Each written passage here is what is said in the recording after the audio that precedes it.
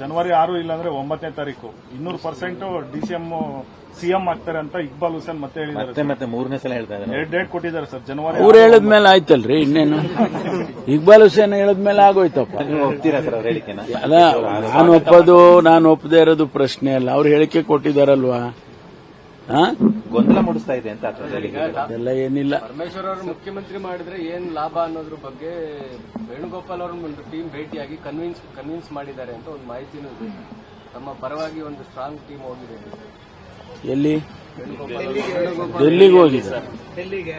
ತಮ್ಮ ಪರವಾಗಿ ರಿಪೋರ್ಟ್ ಕೊಟ್ಟಿದ್ದಾರೆ ಅಂತ. ಸಿದ್ದರಾಮಯ್ಯನವರು ನಿಮ್ಮ ಪರವಾಗಿದ್ದಾರೆ ಅಂತ ಪರ್ಯಾಯ ನಾಯಕತ್ವದಲ್ಲಿ ಹೈಕಮಾಂಡಿಗೆ, ನಮ್ಮ ಕಾಂಗ್ರೆಸ್ ಪಕ್ಷದ ಹೈಕಮಾಂಡಿಗೆ ಪ್ರತಿಯೊಂದು ಮಾಹಿತಿ ಇದೆ.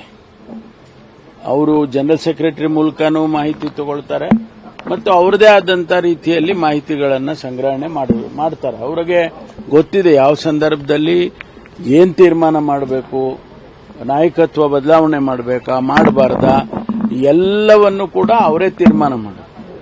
ಹ್ಯಾಂಡ್ ಪೋಸ್ಟ್ ಯಾವ ಕಡೆ ಹೋಗಿದೆ ಅಂದ್ರೆ ಹೈಕಮಾಂಡ್ ಕಡೆ ಹೋಗಿದೆ.